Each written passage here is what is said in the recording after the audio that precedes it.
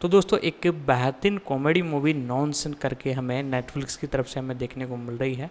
तो इसी के बारे में पूरी जानकारी आपको बताया कि ये एक कॉमेडी मूवी है और साथ ही साथ इसके pre production, releasing, casting, fact, detail update, पूरी डिटेल आपको बताने वाले हैं। तो वीडियो को कर दे लाइक और इसके बारे में अब हम जानना चालू करते हैं।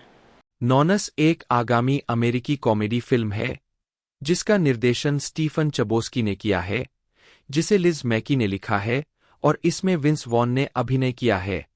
गालना विंस वॉन, जो स्कारवेल्ला, सुसान सारंडन, जिया के रूप में, लोरेन ब्रेको, रोबर्टा, टेलिया शायर टेरेसा के रूप में, ब्रेंडा वैकारो, एंटोनेला, लिंडा कार्डेलिनी ओलिविया के रूप में, ड्रेया डे माटेओ स्टेला के रूप में, जो मैंगनीलो ब्रूनो के रूप में, माइकल रिस्पोली अल, Campbell Scott, Edward Durand.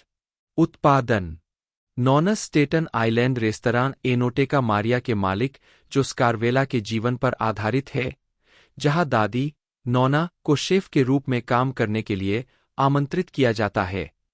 1-2 production कंपनियों मेडिसन वेल्स और मेटाडोर कंटेंट ने स्कारवेला के जीवन अधिकार खरीदे और पटकथा लेखक लिज मैकी के साथ मिलकर इस प्रोजेक्ट को विकसित किया। 3 फिल्मांकन मई से जून 2023 तक न्यू जर्सी के विभिन्न स्थानों पर हुआ, जिसमें Jersey City, Hoboken, Bayonne, Paterson, Linden, Elizabeth और एडिसन शामिल है। 2-3 मुक्त करना सितंबर 2024 में नेटफ्लिक्स ने $20 मिलियन से अधिक की नीलामी में फिल्म के विश्वव्यापी वितरण अधिकार हासिल किए। इसे 2025 में कभी भी रिलीज करने की योजना बनाई। 4 फिल्म 9 मई 2025 को रिलीज होने वाली है। 5 संदर्भ गिगी प्रिट्जकर, जन्म 27 जुलाई 1962, एक अमेरिकी अरबती और फिल्म निर्माता है जो प्रिट्जकर परिवार की सदस्य है। प्रिट्जकर फिल्म निर्माण और वित्तपोषण कंपनी ऑड लॉट एंटरटेनमेंट के सह-संस्थापक है, जिन्होंने रैबिट होल, ड्राइव और हेल या हाई वाटर सहित कई फिल्मों का निर्माण किया है। प्रिट्जकर ने टीवी के लिए भी निर्माण किया है, जिसमें द ड्रैगन प्रिंस भी शामिल है, जिसने 2020 Emmy for outstanding children animated series जीता। 1 प्रारंभिक जीवन और शिक्षा जीन प्रिट्जकर का जन्म शिकागो, इलिनॉइस के धनी प्रिट्जकर परिवार में हुआ था, जो मैरियन सिंडी, नी फ्रेंड और जे प्रिट्जकर की बेटी थीं। 2 उनके नाना प्राग में जन्मे न्यायविद ह्यूगो फ्रेंड थे। उनके पिता ने अपने भाइयों रॉबर्ट और डोनाल्ड प्रिट्जकर के साथ मिलकर शिकागो स्थित पारिवारिक व्यवसाय मार्मोन समूह में विविधता लाई। उन्होंने 1957 में हयात होटल श्रृंखला बनाई और 1983 से 1988 तक ब्रेनिफ एयरलाइंस के मालिक थे। 3 बाद में कई संपत्तियों को बेच दिया। 4-3 प्रिट्जकर ने 1980 में विन्नेटका, आईएल में नॉर्थ शोर कंट्री डे स्कूल से स्नातक की उपाधि प्राप्त की और स्टैनफोर्ड विश्वविद्यालय से मानव विज्ञान में कला स्नातक बीए प्राप्त किया।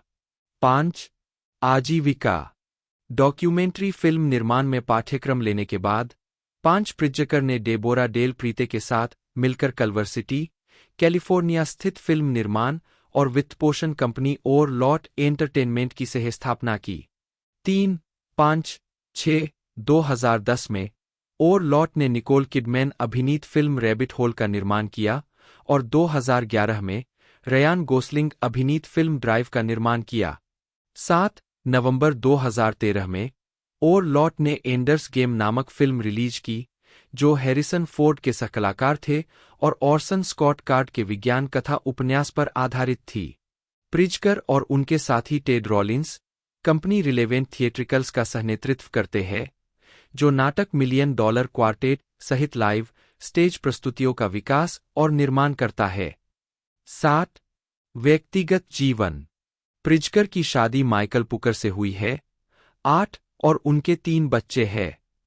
3 फिल्मोग्राफी प्रिट्जकर सभी फिल्मों के निर्माता थे, जब तक कि अन्यथा उल्लेख न किया गया हो। पतली परत वर्ष पतली परत श्रेय notes 1989 the phantom of the opera रेखा के निर्माता। सरल न्याय कार्यकारी निर्माता। 1997 शत्रुतापूर्ण इरादा कार्यकारी निर्माता। स्टीफन चबोस्की बटा BSKI बटा 1 जन्म 25 जनवरी 1970। एक अमेरिकी फिल्म निर्देशक, पटकथा लेखक और लेखक है। उन्हें सबसे ज्यादा बिकने वाले आने वाले युग के उपन्यास the perks of being a wallflower 1999 के लेखन के लिए जाना जाता है। साथ ही पुस्तक के 2012 के फिल्म रूपांतरण को लिखने और निर्देशित करने के लिए भी जाना जाता है। हाल ही में उन्होंने 2017 के नाटक वंडर और डियर इवान हेंसेन के 2021 के फिल्म रूपांतरण का निर्देशन किया। उनका पहला मनोवैज्ञानिक हॉरर उपन्यास इमेजिनरी फ्रेंड अक्टूबर 2019 में प्रकाशित हुआ था। 2-3 प्रारंभिक जीवन। चोबोस्की का जन्म पेंसिल्वेनिया के पिट्सबर्ग में हुआ था और उनका पालनपोषण पेंसिल्वेनिया के अपर सेंट क्लेयर टाउनशिप के उपनगर में हुआ था। 4 वह ली नीमेयर, एक कर तैयारकर्ता, और फ्रेड जी चोबोस्की, एक स्टील कंपनी के कार्यकारी और CFO के सलाहकार के बेटे हैं। 4, 5, 6 चोबोस्की की एक बहन स्टेसी है, जिसकी शादी निर्देशक जॉन एरिक डोरले से हुई है। 7, 8 उनका पालनपोषण कैथोलिक हुआ। 9, 10 एक किशोर के रूप में चोबोस्की ने क्लासिक्स, हॉरर और फंतासी के अच्छे मिश्रण का आनंद लिया। 11 वह जेडी सालिंगर के उपन्यास द कैचर इन द राई और एफ स्कॉट फिट्जगेराल्ड और टेनेसी विलियम्स के लेखन से काफी प्रभावित थे। 11 चबोस्की ने 1988 में अपर सेंट क्लेयर हाई स्कूल से स्नातक की उपाधि प्राप्त की, जिसके दौरान उनकी मुलाकात स्टीवर्ट स्टर्न से हुई, जो 1955 की James dean film rebel without ए कॉज के पटकथा लेखक थे। स्टर्न चबोस्की के अच्छे दोस्त और गुरु बन गए और चबोस्की के करियर पर एक बड़ा प्रभाव साबित हुए। 12 आजीविका। 1992 में चबोस्की ने यूनिवर्सिटी ऑफ साउथर्न कैलिफोर्निया के filmic writing, screen writing program से स्नातक किया। 13 उन्होंने 1995 की स्वतंत्र film the four corner of nowhere में लिखा, निर्देशन किया और अभिनय किया, जिसने चबोस्की को अपना पहला एजेंट दिलाया। इसे सनडांस फिल्म फेस्टिवल द्वारा भी स्वीकार किया गया और यह सनडांस चैनल पर दिखाई जाने वाली पहली फिल्मों में से एक बन गई। 6 1990 के दशक के उत्तरार्ध में चबोस्की ने कई अप्रकाशित पटकथाएं लिखीं, जिनमें ऑड्रे हेपबर्न नेक और स्कूलहाउस रॉक शीर्षक वाली पटकथाएं शामिल थीं। 14 1994 में Chbosky the perks of being a wallflower की तुलना में एक बहुत ही अलग तरह की किताब पर काम कर रहे थे, जब उन्होंने यह पंक्ति लिखी, मुझे लगता है कि यह वॉलफ्लावर होने के लाभों में से एक है। 11 चबोस्की ने याद किया कि उन्होंने वह पंक्ति लिखी और रुक गए और महसूस किया कि उस वाक्य में कहीं न कहीं वह बच्चा था जिसे मैं वास्तव में खोजने की कोशिश कर रहा था। 11 कई वर्षों के गर्भाधान के बाद चबोस्की ने the perks of being a wallflower पर शोध और लेखन शुरू किया, जो एक पत्रात्मक उपन्यास है जो एक किशोर की बौद्धिक और भावनात्मक परिपक्वता का अनुसरण करता है, जो अपने हाई स्कूल के पहले वर्ष के दौरान चार्ली उपनाम का उपयोग करता है। पुस्तक अर्धात्मकथात्मक है। चबोस्की ने कहा है कि वह चार्ली से संबंधित है, लेकिन हाई स्कूल में मेरा जीवन कई मायनों में अलग था। 11 पुस्तक चबोस्की का पहला उपन्यास पॉकेट बुक्स द्वारा 1999 में प्रकाशित किया गया था और किशोर पाठकों के साथ एक तत्काल लोकप्रिय सफलता थी। 2000 तक उपन्यास MTV बुक्स का सबसे अधिक बिकने वाला शीर्षक था। 14 और द न्यूयॉर्क टाइम्स ने 2007 में उल्लेख किया कि इसकी 7 लाख से अधिक प्रतियां बिक चुकी थीं और यह एक गर्म आलू की तरह एक किशोर से दूसरे किशोर तक पहुंचाई जाती है। 15 मई 2013 तक प्रिंट में प्रतियों की संख्या 2 मिलियन से अधिक हो गई। वॉलफ्लावर ने चबोस्की द्वारा किशोर कामुकता और नशीली दवाओं के उपयोग के चित्रण के कारण विवाद को भी जन्म दिया।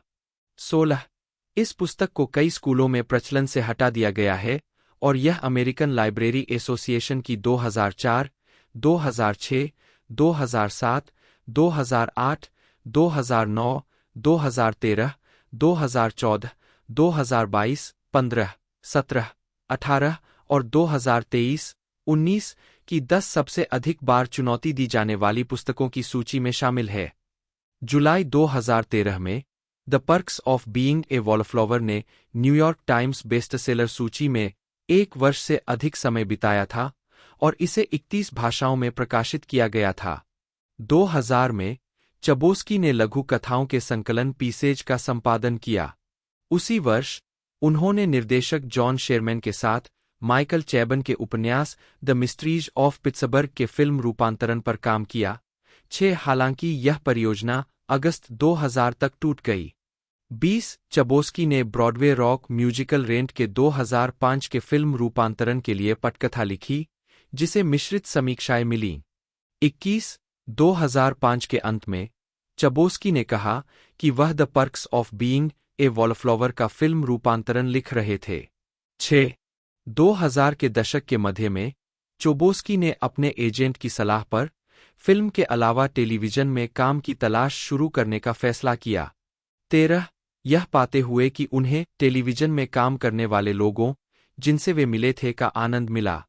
13 चबोस्की ने सीबीएस धारावाहिक टेलीविजन नाटक जेरिको के सहनिर्माता, कार्यकारी निर्माता और लेखक के रूप में काम करने के लिए सहमति व्यक्त की, जिसका प्रीमियर सितंबर 2006 में हुआ था। यह श्रृंखला कई परमाणु हमलों के बाद के काल्पनिक छोटे शहर जेरिको, कंसास के निवासियों के इर्द-गिर्द घूमती है। चबोस्की ने कहा है कि मुख्य पात्र जेक ग्रीन और उसकी मां के बीच का रिश्ता कई मायनों में मुझे और मेरी मां को दर्शाता है। 13 जेरिको के पहले सीजन की रेटिंग बहुत अच्छी नहीं थी और सीबीएस ने मई 2007 में शो को रद्द कर दिया। 22-23 श्रृंखला को पुनर्जीवित करने के लिए एक जमीनी स्तर के अभियान ने सीबीएस को दूसरे सीजन के लिए श्रृंखला को नवीनीकृत करने के लिए राजी कर लिया, जिसका प्रीमियर 12 फरवरी 2008 को हुआ, मार्च 2008 में एक बार फिर रद्द होने से पहले। 24-25 चबोस्की ने अपने उपन्यास पर आधारित film the perks of being a wallflower की पटकथा लिखी और उसका निर्देशन किया। इसका निर्माण 2011 के मध्य में हुआ और फिल्म 2012 के अंत में रिलीज हुई। इस फिल्म में लोगन लर्मन, एम्मा वाटसन और एजरा मिलर ने अभिनय किया था। चबोस्की को 2013 राइटर्स गिल्ड अवार्ड्स के लिए सर्वश्रेष्ठ रूपांतरित पटकथा श्रेणी में नामांकित किया गया था। 26 और फिल्म ने 2013 में सर्वश्रेष्ठ पहली फीचर के लिए इंडिपेंडेंट स्पिरिट अवार्ड्स और साथ ही 2013 में सर्वश्रेष्ठ नाटकीय फिल्म के लिए पीपुल्स च्वाइस अवार्ड जीता। चबोस्की ने 2017 में डिज्नी की ब्यूटी एंड द बीस्ट के लाइव एक्शन रीबूट के लिए इवान स्पिलियोटोपोलोस की मूल स्क्रिप्ट को फिर से लिखा, जिसका निर्देशन बिल कॉन्डन ने किया और जिसमें एम्मा वाटसन ने बेले और डैन स्टीवंस ने बीस्ट की भूमिका निभाई। चबोस्की और वाटसन ने the perks of being a wallflower के निर्माण के दौरान एक करीबी रिश्ता विकसित किया। यह रूपांतरण मूल 1991 की animated film beauty and the beast के प्रति वफादार था, जिसमें सभी मूल संगीत संख्याएं शामिल थीं। 27 यह फिल्म 17 मार्च 2017 को रिलीज हुई थी। चबोस्की ने 2017 की फिल्म वंडर का निर्देशन किया, जिसे चबोस्की, जैक थॉर्न और स्टीव कॉनराड ने मिलकर लिखा और यह आरजे पलासियो के इसी नाम के 2012 के उपन्यास पर आधारित है। फिल्म में जूलिया रॉबर्ट्स, ओवेन विल्सन और जैकब ट्रेम्बले ने अभिनय किया। 28 और यह 17 नवंबर 2017 को रिलीज हुई। 29 नवंबर 2018 को यूनिवर्सल पिक्चर्स ने घोषणा की कि चबोस्की स्टीवन लेवेंसन और पासेक एंड पॉल के टोनी पुरस्कार विजेता संगीत डियर इवान हैंसेन के फिल्म रूपांतरण का निर्देशन करने के लिए बातचीत कर रहे थे। 11 जून 2020 को उन्हें आधिकारिक तौर पर फिल्म का निर्देशन करने की पुष्टि की गई। 31 इसमें बेन प्लैट ने शीर्षक भूमिका में अभिनय किया है, जिसकी शुरुआत उन्होंने ब्रॉडवे पर की थी। साथ ही Kaitlyn Dever, Amandla Stenberg, Nik Dodani, Colton Ryan, Amy Adams, Danny Pino और जूलियन मूर भी है। 32 फिल्म का वर्ल्ड प्रीमियर 2021 के टोरंटो इंटरनेशनल फिल्म फेस्टिवल में 9 सितंबर 2021 को ओपनिंग नाइट गाला प्रेजेंटेशन के रूप में हुआ था। 33 अक्टूबर 2019 में चबोस्की का दूसरा उपन्यास imaginary friend top 10 New York times best seller के रूप में शुरू हुआ। 34-35 व्यक्तिगत जीवन। चबोस्की वर्तमान में लॉस एंजिल्स, कैलिफोर्निया में रहते हैं। 36 वह विषमलैंगिक है। 37 और पटकथा लेखक स्टीवर्ट स्टर्न को लेखक बनने के लिए प्रेरित करने का श्रेय देते हैं। 38 फिल्मोग्राफी। पतली परत। वर्ष, शीर्षक, निदेशक, लेखक, निर्माता, नोट्स। 1995 कहीं के भी, 4 कोने, हा संबंध करना, अभिनेता भी। भूमिका फिनीस। 2005 किराया नहीं, नहीं, स्क्रीन के लिए अनुकूलित। 2007 द पॉकीप्सी टेप्स, नहीं, कार्यकारिणी। 2012 the perks of being a wallflower, कार्यकारिणी, यह भी उनके उपन्यास पर आधारित है। 2016 वोग, मोरन छोड़ना, नहीं, कार्यकारिणी। 2017 सौंदर्य और जानवर, नहीं, आश्चर्य, नहीं। 2021 प्रिय इवान हेंसेन, नहीं। 2025 नॉनस, नहीं। टेलीविजन। वर्ष, शीर्षक, लेखक, कार्यकारी, निर्माता नोट्स। 2000 क्रूरतापूर्वक सामान्य, नहीं, 2 एपिसोड। 2006 08 जेरिको, ग्रंथ सूची। वर्ष, शीर्षक, प्रकाशक, पृष्ठों, notes. 1999 the perks of being a wallflower, MTV books. 224 American library. Lorraine Bracco, जन्म 2 अक्टूबर 1954, एक अमेरिकी अभिनेत्री है जिन्हें HBO crime drama series the Sopranos 1999 से 2007 में मनोचिकित्सक जेनिफर मेल्फी के रूप में उनके प्रदर्शन और मार्टिन स्कॉर्सेसे की फिल्म गुडफेलस 1990 में करेन हिल की भूमिका के लिए जाना जाता है। ब्रैको ने अपना करियर फ्रांस में मॉडलिंग से शुरू किया और 1980 के दशक में इतालवी भाषा की फिल्मों में दिखाई दीं। उनकी अंग्रेजी भाषा की शुरुआत द पिकअप आर्टिस्ट 1987 से हुई, जिसके बाद उन्होंने someone to watch over me 1987, sing 1989 और द ड्रीम टीम 1989 में भूमिकाएं निभाईं। उन्हें 1 अकादमी पुरस्कार, 4 एमी पुरस्कार, 4 गोल्डन ग्लोब पुरस्कार और 3 स्क्रीन एक्टर्स गिल्ड पुरस्कारों के लिए नामांकित किया गया है। प्रारंभिक जीवन। 1972 में हाई स्कूल में सीनियर के रूप में ब्रैको का जन्म 2 अक्टूबर 1954 को न्यूयॉर्क शहर के ब्रुकलिन बरो के बे रिज परोस में हुआ था। वह एलीन नी मोलेनेक्स और सल्वाटोर एस ब्रैको सीनियर की बेटी है।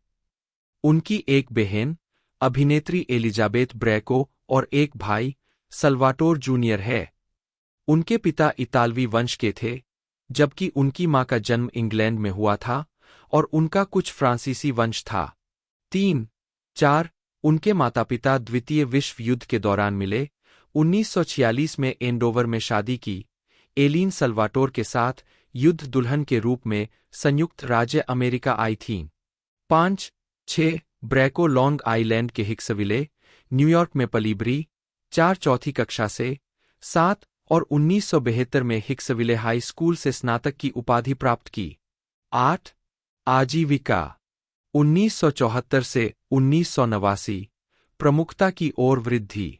1974 में ब्रैको फ्रांस चली गईं, जहां वे जीन पॉल गॉल्टियर के लिए एक फैशन मॉडल बन गईं। वे वहां लगभग 1 दशक तक रहीं। 9 मॉडलिंग करते समय ही ब्रैको से मार्क कैमोलेटी ने संपर्क किया, जिन्होंने उन्हें अपने एक नाटक डुओ सुर कैनापे 1979 के फिल्म रूपांतरण में एक प्रमुख भूमिका की पेशकश की। ब्रैको ने कल्पना नहीं की थी कि वह एक अभिनेत्री हो सकती है और शुरू में उन्होंने मना कर दिया। उन्होंने अंततः फिल्म बनाई, लेकिन अनुभव उबाऊ और उनका प्रदर्शन भयानक पाया। फिर भी उन्होंने पैसे के लिए 2 अन्य फ्रांसीसी फिल्मों में सहायक भूमिकाएं निभाईं। 10 उसके एक दोस्त ने सुझाव दिया कि अगर वह कुछ प्रशिक्षण ले तो उसे अभिनय का आनंद मिल सकता है। उसने जॉन स्ट्रेसबर्ग के साथ सेमिनार लिया। 11 हालांकि उसे सबक पसंद थे, फिर भी वह अपनी प्रतिभा के बारे में अनिश्चित थी। 12 1980 के दशक के दौरान उन्होंने रेडियो लक्जमबर्ग के लिए एक डिस्क जॉकी के रूप में काम किया। 13 वह क्राइम स्टोरी सीरीज के पहले सीजन में पॉल गुइलफॉयल के बंधक के रूप में भी दिखाई दीं, hide and go thief episode में। उनकी बहन एलिजाबेथ ने सीरीज के पायलट में एक कॉफी शॉप वेट्रेस की भूमिका निभाई। आखिरकार इतालवी निर्देशक और उपन्यासकार लीना वर्टमुलर ने ब्रैको को फिल्म कैमोरा में एक छोटा सा किरदार दिया। उसने मुझे एक इतालवी महिला की तरह तैयार किया जो किसी भी तरह से साधनहीन थी। अस्तव्यस्त कपड़े पहने, अस्तव्यस्त बाल और ऐसी ही अन्य चीजें पहने एक सड़क पर रहने वाली महिला, और मुझे सेट पर फेंक दिया। वह बहुत रचनात्मक थी। मेरा मतलब है, लीना ने गहरे मेकअप के साथ मेरी आंखों को उभारा, जिस तरह से सोफिया लॉरेन 60 के दशक में उन महाकाव्य भूमिकाओं में दिखाई देती थीं। और प्रतिभा की बात करें तो वह बहुत उज्ज्वल और समझदार है। मेरा मतलब है, वह बस शानदार है। और हाँ, मैंने उससे बहुत कुछ सीखा है। वह अपने पेशे की उस्ताद है, और मुझे न केवल उसके साथ, बल्कि कई उस्तादों के साथ भी आशीर्वाद मिला है। 2007 के एक साक्षात्कार के दौरान ब्रैको ने डैनियल सिमोन को बताया। इस अनुभव ने ब्रैको को अभिनय को आगे बढ़ाने के लिए प्रेरित किया। 9 1990 से 2007 गुडफेलस और द सोप्रानोस। 2005 में वॉन ने द ब्रेकअप में अपनी सहकलाकार जेनिफर एनिस्टन को डेट करना शुरू किया। 34 2006 के अंत में उन्होंने 3 टैब्लॉयड पत्रिकाओं पर यह रिपोर्ट करने के लिए मुकदमा दायर किया कि वह एनिस्टन के प्रति बेवफा थे। 35 नवंबर 2006 में उनका ब्रेकअप हो गया। 34 मार्च 2009 में यह घोषणा की गई कि वॉन की सगाई कनाडाई रियाल्टार काइला वेबर से हुई थी। 36 उन्होंने 2 जनवरी 2010 को 37 इलिनॉइस के लेक फॉरेस्ट में लेक फॉरेस्ट अकादमी के आर्मर हाउस में शादी की। उनके 2 बच्चे 2010 और 2013 में पैदा हुए। 38 39 वॉन खुद को एक स्वतंत्रतावादी बताते हैं। 40 उन्होंने 2008 और 2012 के चुनावों में रिपब्लिकन राष्ट्रपति पद के उम्मीदवार रॉन पॉल का समर्थन किया। 41 और 2016 के चुनाव में रैंड पॉल का समर्थन किया। 42 जून 2015 में वॉन ने बंदूक नियंत्रण के प्रति अपना विरोध व्यक्त किया। 43 2016 में वॉन ने कैलिफोर्निया के टोरेंस में ग्रेसी अकादमी में ब्राजीलियाई जिउजित्सु का प्रशिक्षण शुरू किया।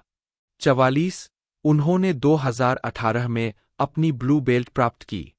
45 10 जून 2018 को वॉन को पुलिस चौकी पर शराब के नशे में गाड़ी चलाने और गिरफ्तारी का विरोध करने के संदेह में मैनहट्टन बीच, कैलिफोर्निया में गिरफ्तार किया गया था।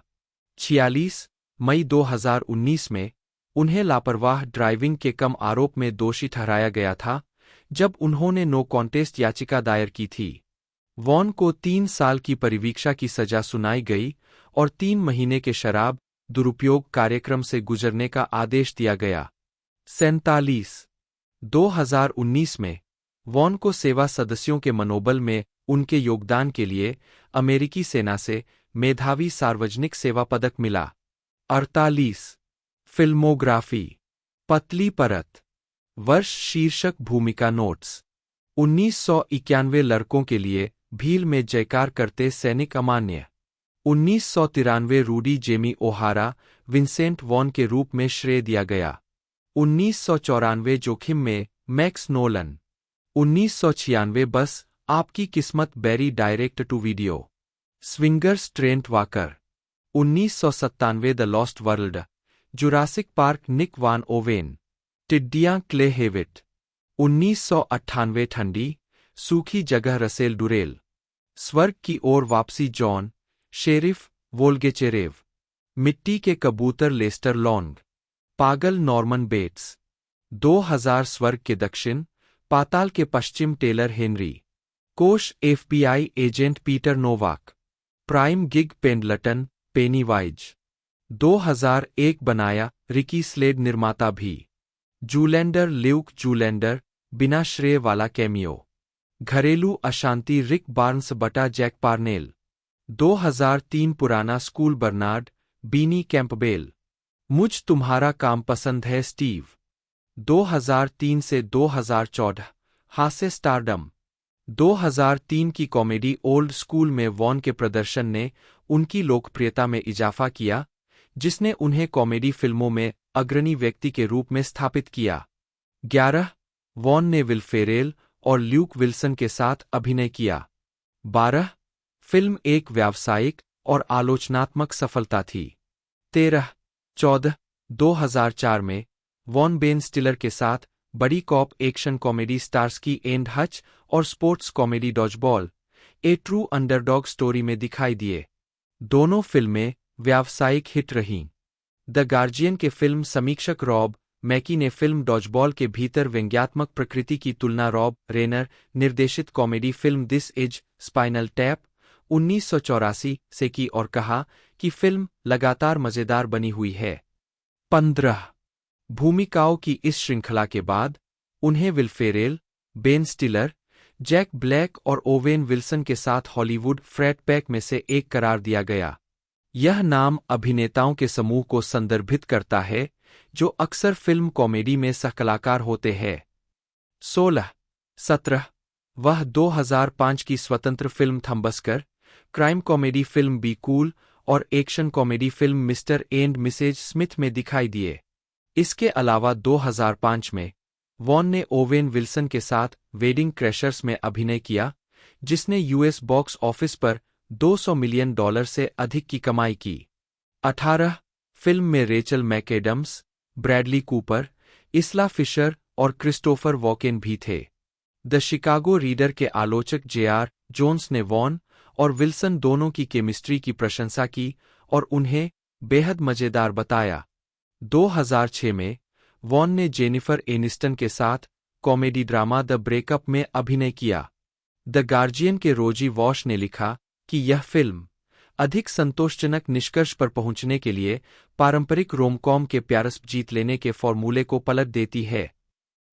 2007 में वॉन ने Christmas comedy film Fred Claus में सांता क्लॉज, पॉल जियामाटी के एक व्यंग्यात्मक, जंगली बड़े भाई की भूमिका निभाई। फिल्म का निर्देशन डेविड डोबकिन ने किया था, जिन्होंने वेडिंग क्रैशर्स में वॉन का निर्देशन किया था और एलिजाबेथ बैंक्स और केविन स्पेसी ने सह अभिनय किया था। इसके बाद वह सीन पेन की इनटू द वाइल्ड में कॉमेडी से ड्रामा में चले गए। फिल्म में एक ऐसे जोड़े को दिखाया गया है जो क्रिसमस पर अपने तलाकशुदा माता-पिता से मिलने के लिए संघर्ष करते हैं। 21 2009 में उन्होंने कपल्स रिट्रीट में अभिनय किया, जो एक कॉमेडी थी जिसमें 4 जोड़ों की कहानी थी जो एक उष्णकटिबंधीय द्वीप रिसॉर्ट में थेरेपी सत्र से गुजरते हैं। मालिन ऑकरमैन ने उनकी पत्नी की भूमिका निभाई। 22 विंस के पिता वर्नोन ने फिल्म में उनके पिता की भूमिका निभाई। फरवरी 2010 में वॉन लगभग 80 संगीतकारों और अभिनेताओं में से एक थे जिन्होंने वी आर द वर्ल्ड के चैरिटी सिंगल रीमेक को गाया। वॉन ने रॉन हॉवर्ड की कॉमेडी द डिलेमा में अभिनय किया, जो जनवरी 2011 में रिलीज हुई। इसका निर्माण Wild West Picture Show Productions, उनकी प्रोडक्शन कंपनी द्वारा किया गया था। 23, 24, 31 जुलाई 2012 को यह घोषणा की गई कि वॉन सीबीएस द्वारा निर्मित सिटकॉम द ब्रैडी बंच का रीबूट विकसित करेंगे, जिसे 1974 में बंद कर दिया गया था। 25, 2013 में वॉन ने द इंटर्नशिप में ओवेन विल्सन के साथ सहलेखन और अभिनय किया। 26, 2015 वर्तमान नाटकीय भूमिकाएं और टीवी कार्य। 2015 में उन्होंने अनफिनिश्ड बिजनेस में अभिनय किया, जिसने अपने शुरुआती सप्ताहांत में $4.8 मिलियन की कमाई की, जो वॉन के लिए करियर का सबसे कम था। उन्होंने कॉलिन फेरेल के साथ ट्रू डिटेक्टिव के दूसरे सीजन में भी अभिनय किया, जिसका प्रीमियर 21 जून को हुआ था।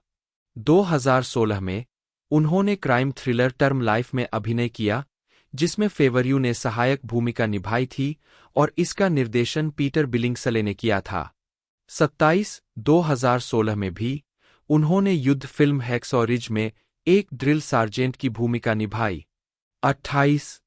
2018 में वॉन ने मेल गिब्सन के साथ ड्रैग्ड एक्रॉस कंक्रीट में सहअभिनय किया, एस क्रेग झालर के साथ उनका दूसरा सहयोग, जिनके साथ उन्होंने 1 साल पहले सेल ब्लॉक 99 में ब्रॉल में काम किया था। 2020 में उन्होंने कैथरीन न्यूटन के साथ हॉरर कॉमेडी फिल्म फ्रीकी में अभिनय किया, जिसमें वे एक सीरियल किलर और एक किशोर लड़की की भूमिका निभाते हैं जो शरीर बदलते हैं।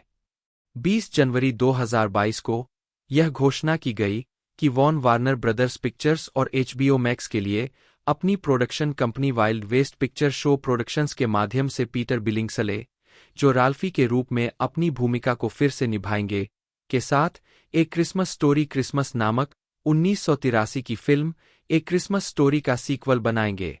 29 मार्च 2022 में वॉन, ग्रेग ओलसेन और रयान कलिल ने ऑडियोरामा नाम से एक पॉडकास्ट नेटवर्क और प्रोडक्शन कंपनी शुरू की।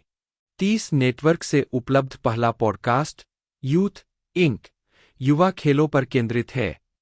2024 में उन्होंने Apple TV plus drama series bad monkey में एक जासूस से रेस्तरां इंस्पेक्टर बने व्यक्ति की भूमिका निभाई। यह शो बिल लॉरेंस द्वारा बनाया गया है और 14 अगस्त 2024 को शुरू होने वाला है। 32 अगस्त 2024 में वॉन को मोशन पिक्चर्स की श्रेणी में हॉलीवुड वॉक ऑफ फेम पर एक स्टार मिला।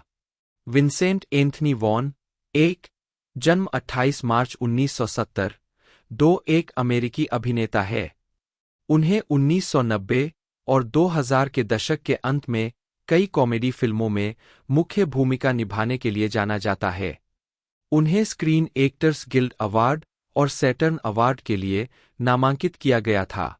वॉन ने अपने अभिनय की शुरुआत स्पोर्ट्स ड्रामा फिल्म रूडी 1993 से की थी। उन्होंने कॉमेडी स्विंगर्स 1996 से अपने करियर की शुरुआत की।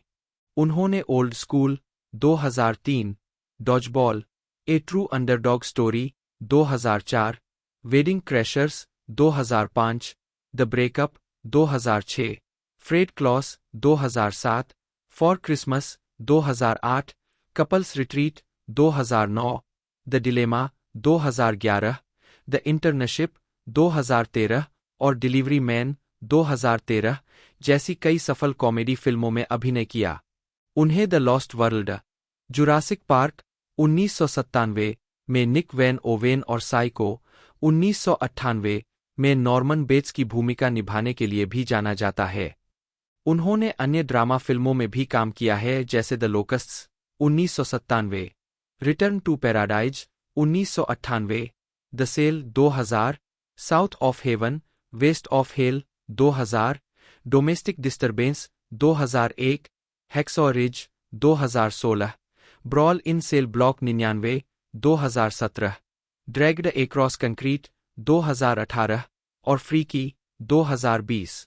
टेलीविजन पर उन्होंने HBO anthology crime drama television series true detective 2015 के दूसरे सीजन में कैरियर क्रिमिनल फ्रैंक सेम्योन के रूप में अभिनय किया और Apple TV plus drama series bad monkey 2024 में एक जासूस से रेस्तरां इंस्पेक्टर बने। उन्होंने animated Netflix sitcom F is for family 2018 और HBO comedy series curb your enthusiasm 2020 से 2024 में भी आवर्ती भूमिकाएं निभाईं। प्रारंभिक जीवन। वॉन का जन्म मिनियापोलिस, मिनेसोटा में हुआ था। 3 उनकी मां शेरोन एलीन नी डेपलमो। 4 एक रियल एस्टेट एजेंट और स्टॉक ब्रोकर है, जिन्हें कभी ब्लूमबर्ग वेल्थ मैनेजर पत्रिका द्वारा शीर्ष अमेरिकी मनी मैनेजरों में से एक का दर्जा दिया गया था।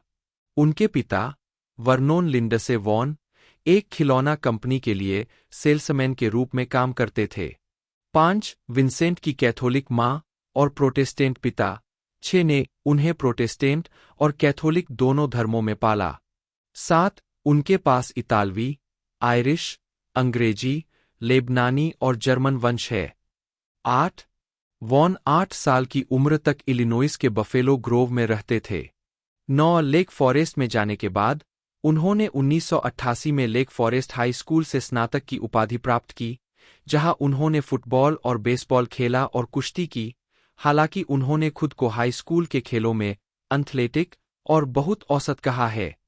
छोटी उम्र में उन्हें संगीत थिएटर से परिचित कराया गया था और 1987 में उन्होंने एक अभिनेता बनने का फैसला किया।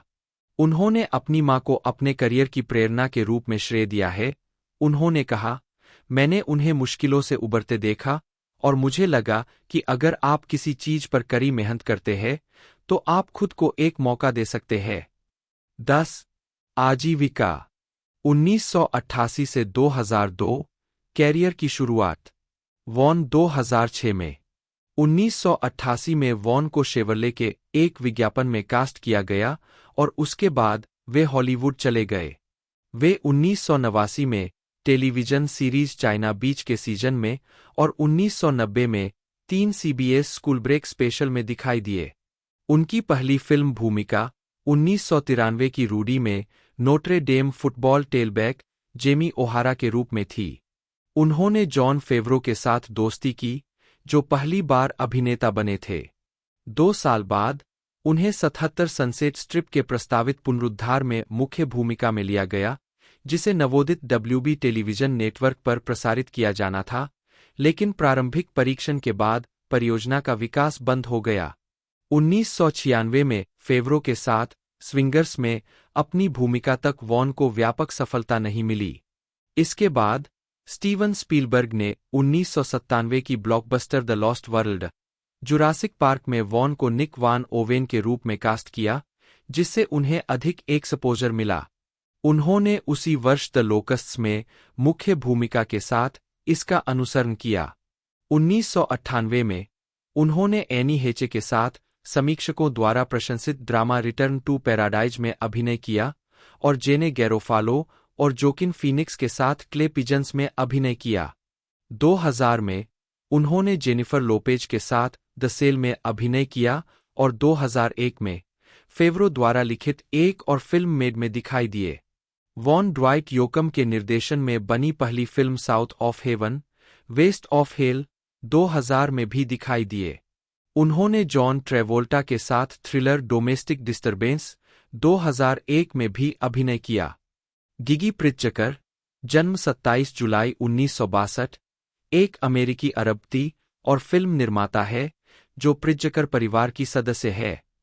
प्रिट्जकर फिल्म निर्माण और वित्तपोषण कंपनी ऑड लॉट एंटरटेनमेंट के सह-संस्थापक है, जिन्होंने रैबिट होल, ड्राइव और हेल या हाई वाटर सहित कई फिल्मों का निर्माण किया है।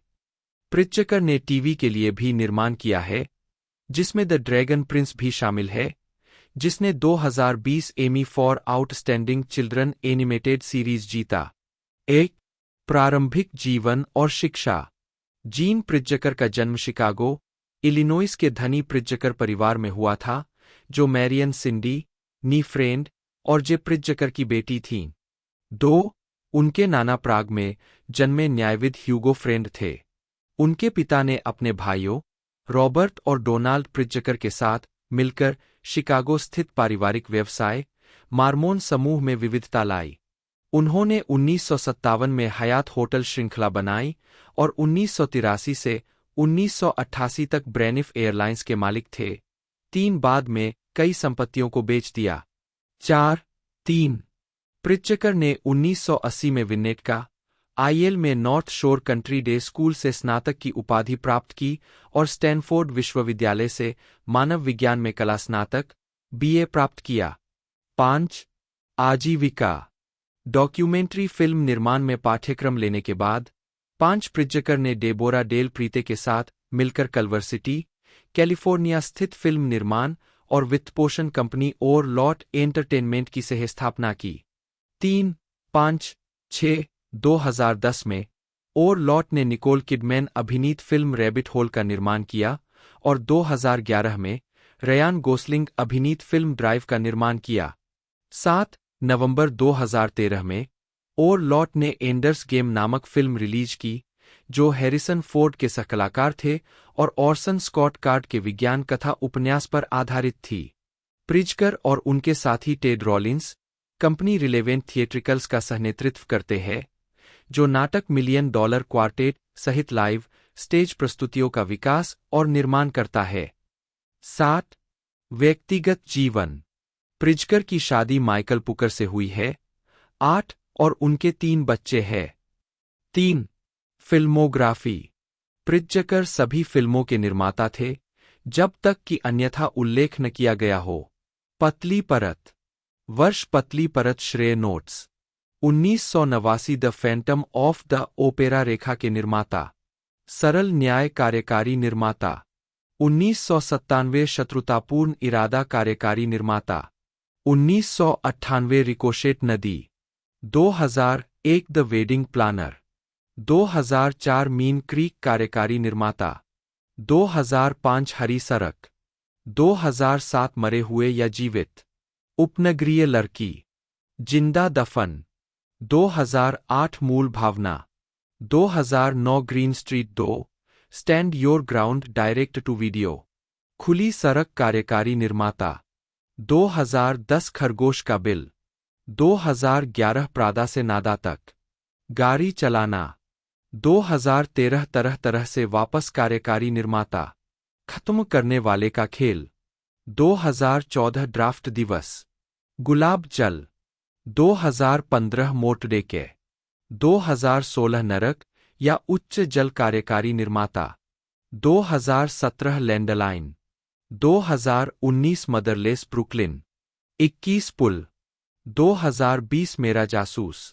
2021 टैमी फे की आंखें। ब्रेंडा बुएल वैकारो, जन्म 18 नवंबर 1939, एक अमेरिकी स्टेज, फिल्म और टेलीविजन अभिनेत्री है।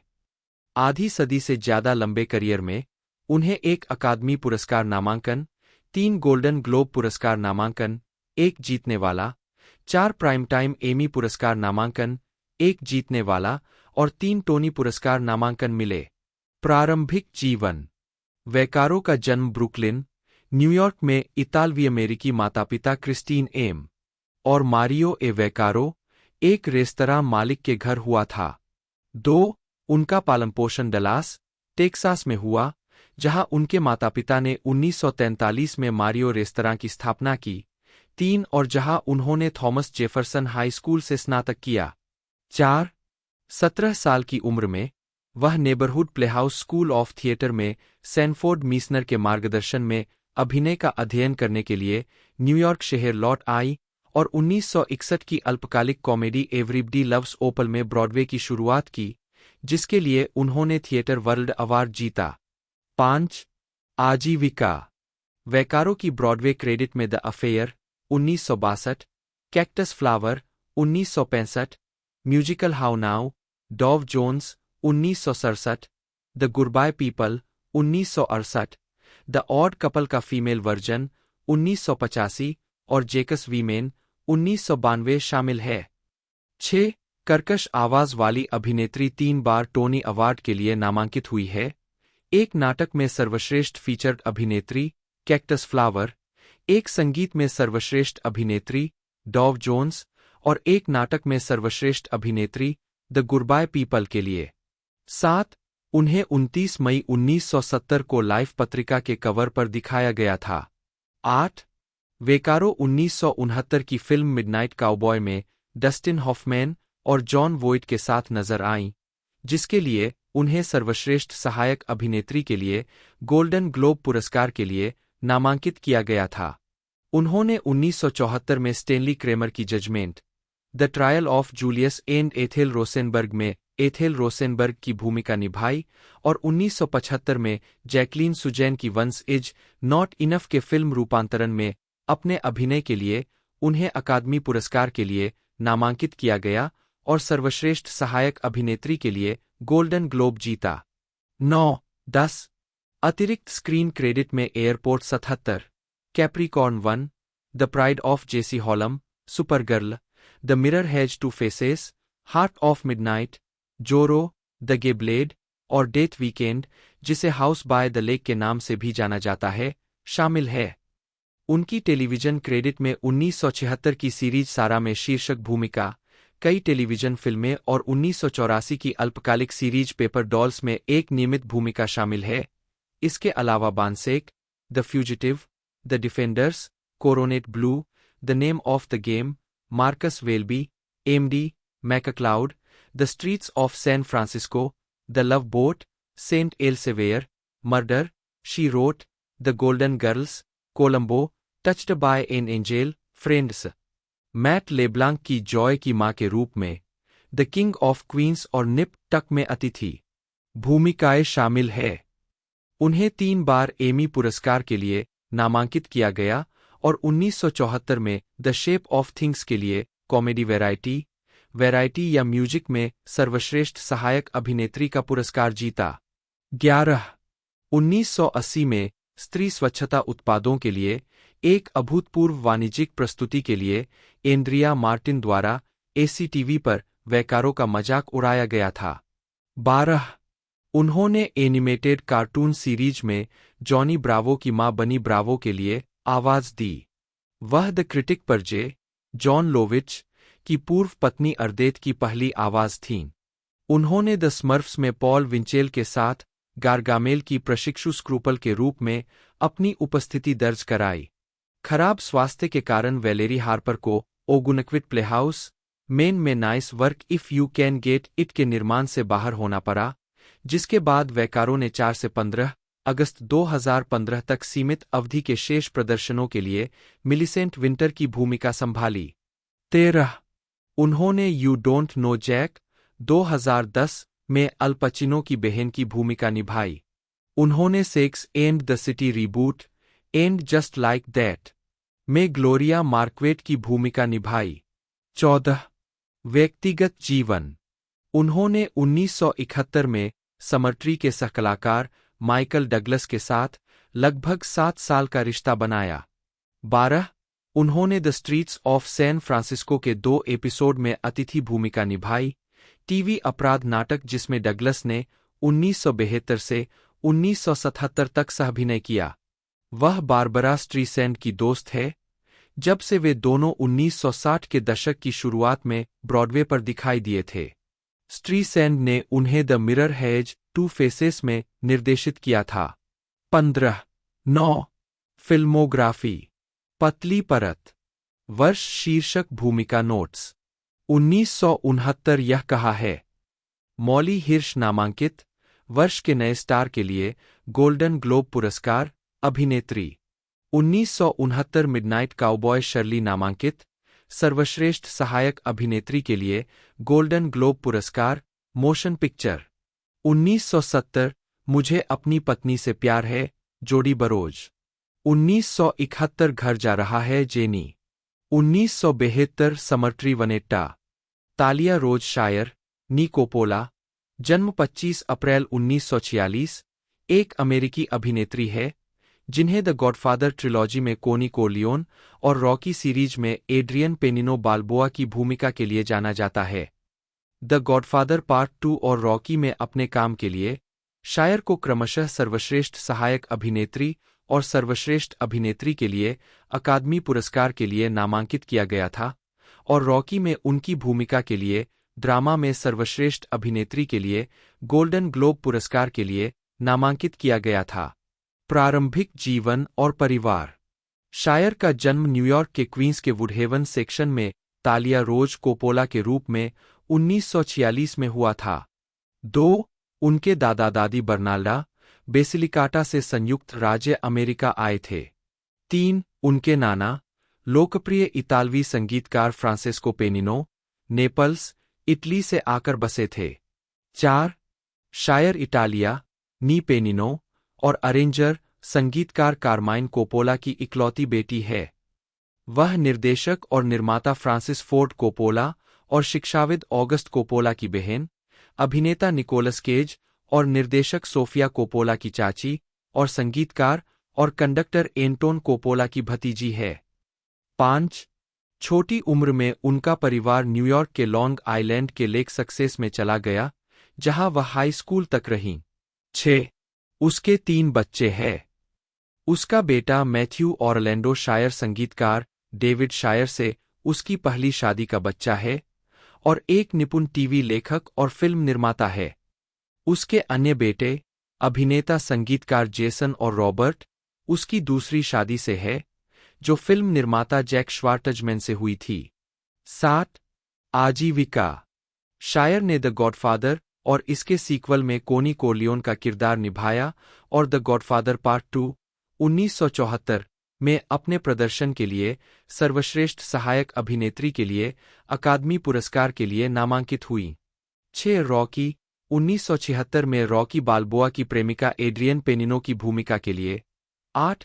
उन्होंने सर्वश्रेष्ठ सहायक अभिनेत्री के लिए New York film critics circle award, सर्वश्रेष्ठ सहायक अभिनेत्री के लिए national board of review award जीता और उन्हें ड्रामा में सर्वश्रेष्ठ अभिनेत्री के लिए गोल्डन ग्लोब अवार्ड और सर्वश्रेष्ठ अभिनेत्री के लिए अकादमी पुरस्कार दोनों के लिए नामांकित किया गया। 4. रॉकी सीक्वल में एड्रियन की अपनी भूमिका को दोहराने के अलावा 9. शायर किस द ब्राइड 2002, आई हार्ट हकबीज 2004 और होमो इरेक्टस 2007 जैसी फिल्मों में दिखाई दी है। 10. फिल्मोग्राफी। फिल्में। वर्ष शीर्षक भूमिका नोट्स। 1968 द वाइल्ड रेसर्स पहली गर्लफ्रेंड तालिया कोपोला के रूप में। 1970 डनविच हॉरर नर्स कोरा श्रेय तालिया कोपोला। कसाई रेतीले। 1971 गैस कोरली क्रिश्चियन लिकोरिस स्टोर अंतिम पार्टी अतिथि। 1972 धर्मात्मा कोनी कोरलियोन बाहरी आदमी मेकअप गर्ल। 1974 गॉडफादर भाग 2 कोनी कोरलियोन। 1976 चट्टान का एड्रियन पेनिनो।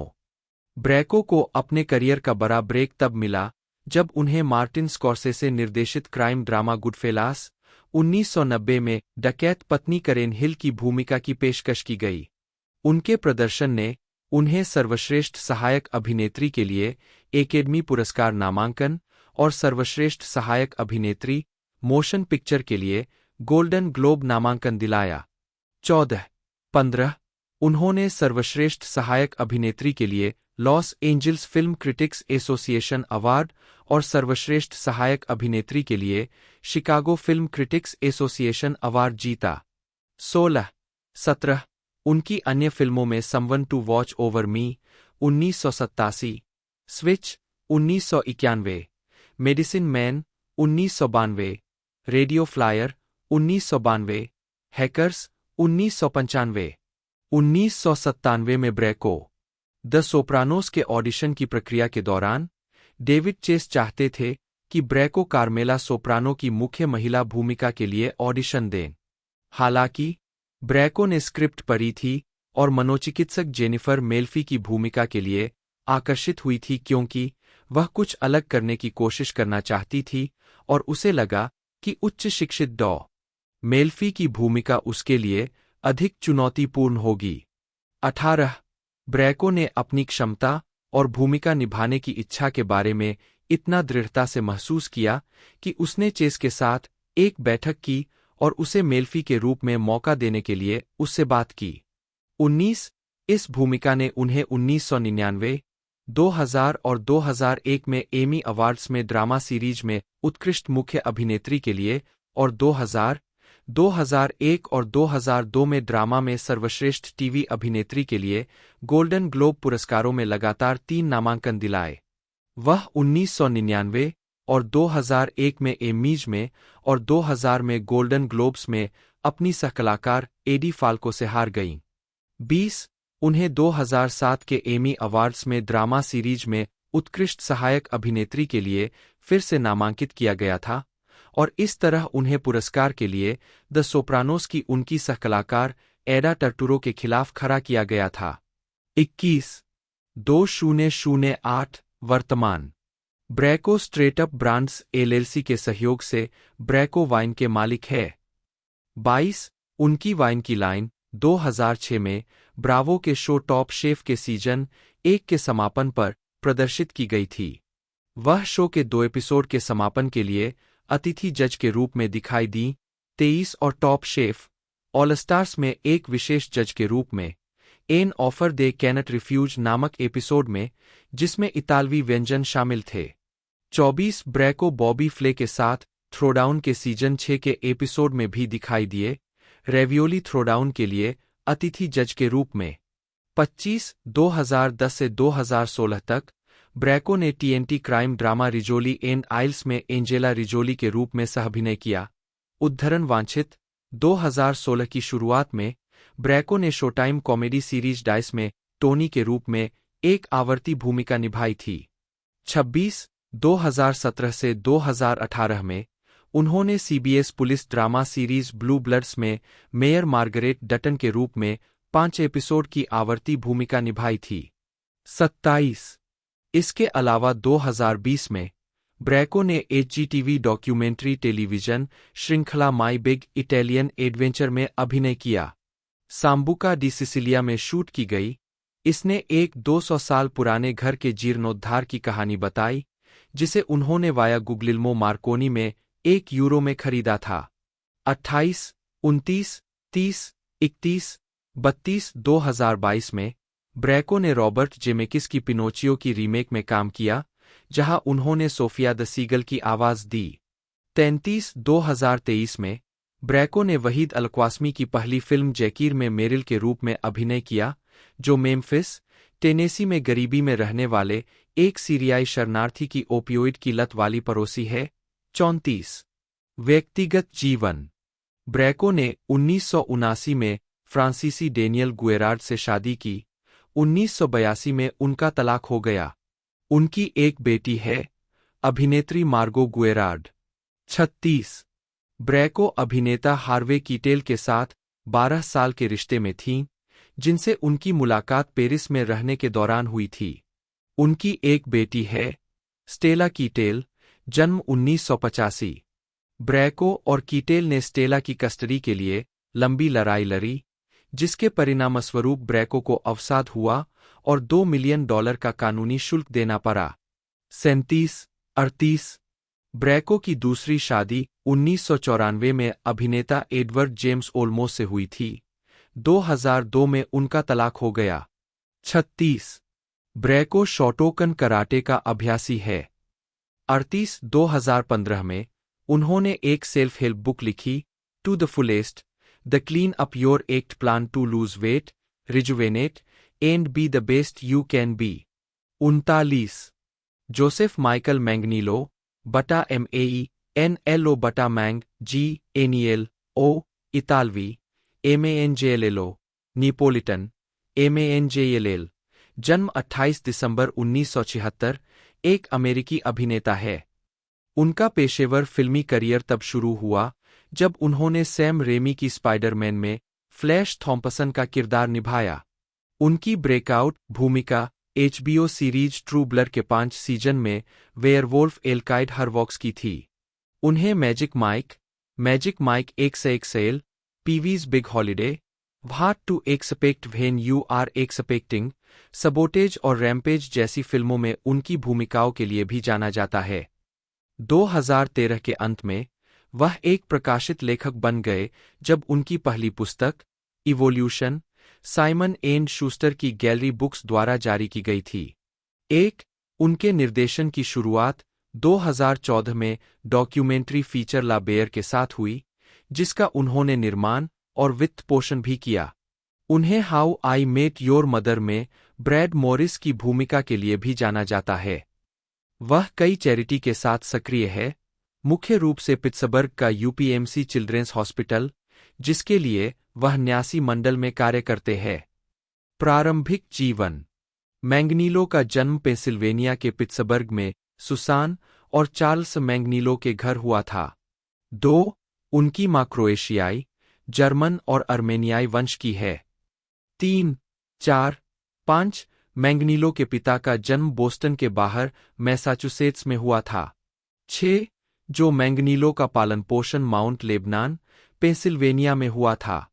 7 फरवरी 2023 को PBS series Finding Your Roots के एपिसोड में शोधकर्ताओं ने खुलासा किया कि मैंगनीलो के कानूनी दादा, एमिलियो मैंगनीलो 8 उनके जैविक दादा नहीं थे और उनके जैविक परदादा विलियम हेनरी कटलर नामक एक अफ्रीकी अमेरिकी व्यक्ति और नेली एल्टन नामक एक श्वेत महिला थे।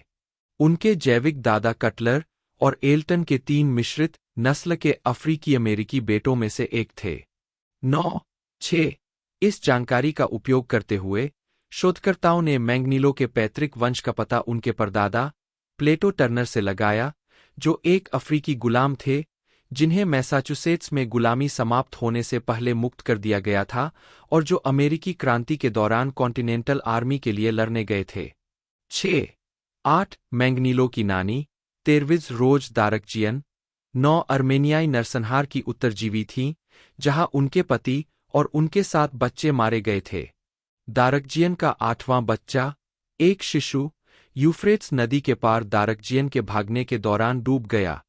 6 बाद में दारकजियन का सामना कार्ल विल्हेम ब्यूटिंगर से हुआ, जो एक जर्मन सैनिक था जो बचे लोगों के लिए एक नजरबंदी शिविर में था। रोज उससे गर्भवती हो गई। ब्यूटिंगर जल्द ही जर्मनी लौटने के लिए निकल गया।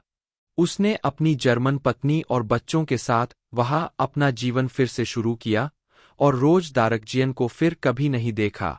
मैंगनीलो की दादी ब्यूटिंगर और रोज दारकजियन की संतान है। 9.6-10 उनका एक छोटा भाई निकोलस है। कैथोलिक परिवार में पलेब्रे, saint Bernard school, Mount Lebanon, Pennsylvania में एक कैथोलिक प्राथमिक विद्यालय में छात्र थे और फिर माउंट लेबनान हाई स्कूल में भाग लिया, जहां उन्होंने 1995 में सम्मान के साथ स्नातक किया और 2011 में स्कूल का महान पूर्व छात्र पुरस्कार जीता। 11, 12, 13, 14, 15 बड़े होकर वह अपने फुटबॉल, बास्केटबॉल और वॉलीबॉल टीमों के कप्तान थे और तीनों खेलों में विश्वविद्यालय स्तर पर खेलने गए। 11 उन्होंने अपने स्कूल के ओक्लाहोमा के वरिष्ठ वर्ष के उत्पादन में जूड फ्राई की भूमिका जीती और स्कूल के टीवी स्टूडियो से जुड़े रहे। वह अपने दोस्तों के साथ फिल्में लिखने और निर्देशित करने के लिए उपकरण उधार लेते थे। मैंगनीलो को हाई स्कूल के दौरान कई खेलों की चोटों का सामना करना पड़ा, जिसमें रिंगगोल्ड हाई स्कूल के खिलाफ एक विश्वविद्यालय फुटबॉल खेल में किक लौटाते समय एक फटा हुआ औसत दर्जे का कोलेटरल लिगामेंट भी शामिल था। इस अवकाश ने मैंगनीलो को अपने भविष्य का पुनर्मूल्यांकन करने का मौका दिया और इसलिए उन्होंने अपने वरिष्ठ वर्ष के दौरान Carnegie Mellon school of drama के लिए ऑडिशन देने का फैसला किया। उन्हें स्वीकार नहीं किया गया, इसलिए उन्होंने पिट्सबर्ग विश्वविद्यालय में दाखिला लिया और अगले साल थिएटर में काम किया। फिर उन्होंने 1 साल बाद कार्नेगी मेलन में फिर से आवेदन किया और उन्हें छात्रवृत्ति प्रदान की गई। उसी वर्ष अभिनय कार्यक्रम में स्वीकार कर लिया गया। 11 वहां उन्होंने थिएटर प्रस्तुतियों में प्रदर्शन किया और out of courage 2 out for vengeance नामक एक छात्र फिल्म का लेखन, निर्माण और अभिनय। 14 इसके बाद उन्होंने समूह ऑडिशन में भाग लेने के लिए अपने विश्वविद्यालय के माध्यम से न्यूयॉर्क शहर और लॉस एंजल्स की यात्रा की, जिससे उन्हें मनोरंजन व्यवसाय में एक एजेंट, एक प्रबंधक और सैम रेमी के स्पाइडरमैन के लिए स्क्रीन टेस्ट सहित संपर्क मिले। 17 2011 की शुरुआत में मैंगनीलो को मैन ऑफ स्टील में सुपरमैन की मुख्य भूमिका के लिए स्क्रीन टेस्ट देने के लिए कहा गया था, जिसके लिए उनके सबसे आगे होने की अफवाह थी, लेकिन ट्रू ब्लर के साथ शेड्यूलिंग समस्याओं के कारण उन्हें अंतिम चरण के दौरान बाहर होना पड़ा। उन्होंने एक्सेस हॉलीवुड को एक साक्षात्कार में बताया, वे चाहते थे कि मैं स्क्रीन टेस्ट दूं और उन्होंने वास्तव में सूट और बाकी सब के लिए मेरे माप मांगे। उनकी शूटिंग की तारीख बदल गई और इससे मेरे ट्रू ब्लर शेड्यूल में से 11 सप्ताह लग गए। दिन के अंत में हम शेड्यूल को काम नहीं कर पाए। इसलिए अफसोस की बात है कि मैं कभी स्क्रीन टेस्ट नहीं कर पाया, मैं कभी सूट नहीं पहन पाया। 29 ट्रू ब्लर के चौथे सीजन के लिए फिल्मांकन पूरा होने पर उन्होंने अपने पूर्व ड्रामा स्कूल के सहपाठी मैट बोमर के साथ यूएसए के व्हाइट कॉलर का एक एपिसोड शूट किया। 30 और फिर एश्टन कुचर के साथ 2.5 मेन के एक एपिसोड की शूटिंग के लिए लॉस एंजल्स लौटने से पहले सबसे ज्यादा बिकने वाली किताब What to expect when you are Expecting 31 के फिल्म रूपांतरण की शूटिंग की। 32 मैजिक माइक और अन्य परियोजनाएं। मैंगनीलो को स्टीवन सोडरबर्ग की मैजिक माइक में बिग डिक रिची के रूप में लिया गया था, जो फ्लोरिडा के टैंपा में एक पुरुष स्ट्रिपर की कहानी है, जिसे अभिनेता चैनिंग टैटम ने निभाया था। मैजिक माइक एक सांस्कृतिक और बॉक्स ऑफिस घटना बन गई, जिसने 2015 में अपनी अगली कड़ी मैजिक माइक एक्सएक्सएल को जन्म दिया। 33 मैजिक माइक फिल्मों और ट्रू ब्लड के अपने आखिरी 2 सीजन खत्म करने के बीच मैंगनीलो ने कई अलग-अलग तरीकों से अपनी अलग पहचान बनाई। उन्होंने अपने बचपन के आदर्श अर्नोल्ड श्वार्ज़नेगर के साथ डेविड आयर की सबोटेज की शूटिंग की, जो मैंगनीलो के दोस्त और गुरु बन गए। 34 उन्होंने अपनी पुस्तक इवोल्यूशन की प्रस्तावना लिखी, जिसे 2013 की शरद ऋतु में साइमन एंड शूस्टर की गैलरी बुक्स के माध्यम से जारी किया गया। 36 उस शरद ऋतु में मैंगनीलो ने एक बार फिर से ए स्ट्रीटकार नेम्ड डिजायर में स्टेनली कोवाल्स्की के रूप में मंच पर वापसी की, लेकिन इस बार न्यू हेवन, कनेक्टिकट में प्रतिष्ठित येल रिपर्टरी थिएटर के लिए। 37 कुछ महीने बाद मैंगनीलो अपनी डॉक्यूमेंट्री फिल्म ला बेयर को लेकर गए, जिसे उन्होंने अपने भाई निक के साथ अपनी नई प्रोडक्शन कंपनी के बैनर 3:59 के तहत वित्तपोषित, निर्देशित और निर्मित किया। स्लैमरांस फिल्म फेस्टिवल के लिए पार्क सिटी, यूटा गए। 38 पहली स्क्रीनिंग के बाद लॉबी में उन्हें वितरकों से कई प्रस्ताव मिले और 24 घंटे के भीतर उन्होंने शोटाइम और नेटफ्लिक्स को बिक्री सहित अंतर्राष्ट्रीय और घरेलू अधिकार बेच दिए। उस वर्ष के अंत में फिल्म पर उनके काम के लिए मैंगनीलो को माउई अंतर्राष्ट्रीय फिल्म महोत्सव से ट्रिपल थ्रेट पुरस्कार दिया गया। 39 ट्रू ब्लड के बाद अगस्त 2016 में स्लेड विल्सन, डेथस्ट्रोक का परीक्षण फुटेज लेखक निर्देशक बेन एफ्लेक द्वारा ट्विटर पर पोस्ट किया गया था। कुछ हफ्ते बाद डीसी कॉमिक्स के तत्कालीन अध्यक्ष और सीसीओ जोफ जॉन्स, जिन्हें एफ्लेक के साथ सोलो बैटमैन फिल्म का सहलेखन, सहनिर्माण करने का काम सौंपा गया था, ने पुष्टि की कि डेथस्ट्रोक साझा फिल्म ब्रह्मांड में दिखाई देगा, जिसमें मैंगनीलो चरित्र को चित्रित करेंगे। 40 2019 में उन्हें बेन एफ्लेक बैटमैन फिल्म में दिखाई देने की पुष्टि की गई थी। 41 हालांकि एफ्लेक को फिल्म से हटने के लिए कहा गया और तब से मैंगनीलो का चरित्र के रूप में भविष्य अनिश्चित बना हुआ है।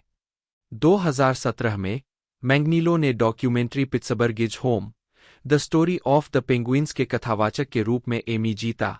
42 जिसने पिट्सबर्ग पेंगुइन्स हॉकी टीम के इतिहास के पहले 50 वर्षों का दस्तावेजीकरण किया।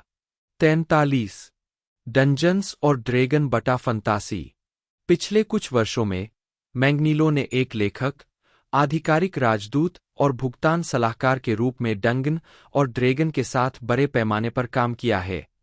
अरखान द क्रूएल सहित उनके पात्र डंगन और ड्रैगन कैनन का एक हिस्सा है, जो साहसिक मॉड्यूल, वीडियो गेम और खिलौनों की दुकानों में दिखाई देते हैं। 44 वह The Big Bang Theory, Nerd Poker, Celebrity and D. 45 Critical Role. 46 47 और वेब सीरीज फोर्स ग्रे के एपिसोड में गेम खेलते हुए दिखाई दिए हैं। 48 2017 में मैंगनीलो और जॉन कैसल ने वार्नर ब्रदर्स के लिए पहले ड्रैगनलांस उपन्यास के फिल्म रूपांतरण के लिए एक स्पेक स्क्रिप्ट लिखी थी। 49 2018 में उन्होंने डेथ सेव्स कंपनी लॉन्च की। पिछले कुछ वर्षों में कंपनी ने television series game of thrones और the dark crystal, age of resistance, indie horror film Mandy, dungeons and dragons के लिए आधिकारिक रूप से लाइसेंस प्राप्त उत्पाद बनाए हैं और एक समय पर दिवंगत फंतासी चित्रकार फ्रैंक फ्रेजेटा की सूची पर पूर्ण नियंत्रण था। 50 51 52 53 उन्होंने 2020 में एक स्ट्रेच गोल के रूप में एक क्वेस्ट बुक लिखने के लिए हैस्ब्रो के adventure board game hero quest के रीमेक के लिए एक गेम डिजाइनर के रूप में काम किया। 54 हालांकि स्ट्रेच गोल तक नहीं पहुंचा गया था, उन्होंने बाद में घोषणा की कि उन्होंने हैस्ब्रो के साथ काम किया ताकि क्वेस्ट बुक और अतिरिक्त गेम के टुकड़े शामिल हों।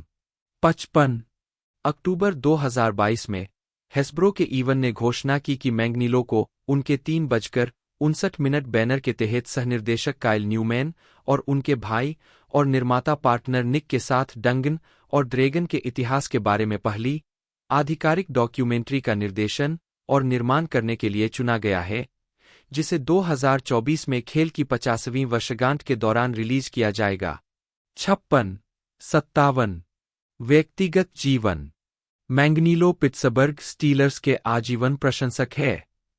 उन्होंने स्टीलर्स प्रशंसकों के बारे में 2007 की लघु वृत्तचित्र डाई हार्ड का निर्देशन और निर्माण किया, जो लॉस एंजिल्स, कैलिफोर्निया में बार में मिलते हैं। 11 वह पिट्सबर्ग पेंगुइन के भी प्रशंसक है और उन्होंने 2017 NHL अवार्ड्स और 2017 NHL एक्सपेंशन ड्राफ्ट की मेजबानी की। 58 सिडनी, ऑस्ट्रेलिया की यात्रा पर उन्होंने West Tigers rugby league match में भाग लिया। 59 वह एक बार बैंड गोल्डफिंगर के लिए रोडी थे और प्रमुख गायक जॉन फेल्डमैन के मित्र हैं। उन्होंने समूह के साथ उनके सुरक्षा सदस्य के रूप में अंतर्राष्ट्रीय स्तर पर दौरा किया। 27 तो दोस्तों ये रिलीज़ होते हुए देखने को मिल रही है 9 मई 2025 को नेटफ्लिक्स की तरफ से। बाकी मैंने पूरी जानकारी इसके बारे में बता दी है। वीडियो आपको अच्छी लगती है तो लाइक करना ना भूलिएगा, चैनल को सब्सक्राइब करना ना भूलिएगा, बेल आइकन दबा कर इसे ऑल पर सेट कर दीजिएगा और ज़्यादा से ज़्यादा हो सके तो वीडियो को शेयर करने की कोशिश कीजिएगा, ताकि हमें मोटिवेशन मिलता रहे और ऐसी वीडियो हम आपके लिए लेकर आते रहे। तो दोस्तों मिलते हैं अगले वीडियो में।